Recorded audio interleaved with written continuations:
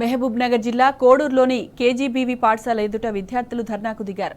మా టీచర్లే మాకు కావాలంటూ విద్యార్థులు ఆందోళన చేపట్టారు.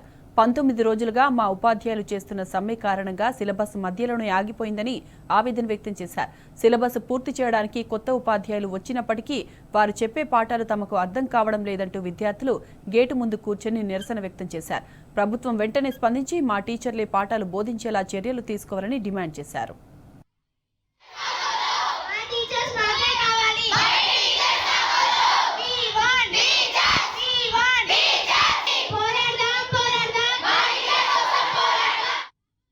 విద్యను లాసే 19 రోజులు అవుతుంది సార్. ఎన్నో కళలతో ఈ కేజీబీలో అడుగు పెట్టినాం సార్.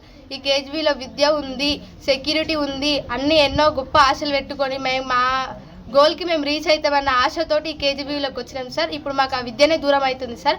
మా భవిష్యత్తు బాట చూపే మా మేడం వాళ్ళే బయట రోడ్ ఎక్కిరు సార్. మా భవిష్యత్తు చూపే మా మేడం వాళ్ళే బయట రోడ్ ఎక్కిరు సార్. మేము ఇట్లా విద్యకు లాస్ అవుతున్నాము. మా మేడం వాళ్ళు ఏంది మేము ఉండం సార్. మాకు చదువు కావాలి సార్. అందుకని మా మేడం వాళ్ళే మాకు కావాలి. బయట మేడం వాళ్ళు మాకు వద్దు సార్. డిసెంబర్ 9th నుంచి మాకు టీచర్స్ వస్తలేరు. సమ్మె కానీ టీచర్స్ వెళ్ళిరు. అయితే సార్ వాళ్ళని అడిగినాం, సార్ మేము స్టడీస్ లాస్ అవుతున్నామని సార్ వాళ్ళని అడిగితే సార్ ఎంఈఓ సార్ గారు వేరే స్కూల్ నుంచి టీచర్స్ని అయితే పంపించారు. అయితే మా టీచర్స్ చెప్పేటట్టు మేడం వాళ్ళు చెప్పారు.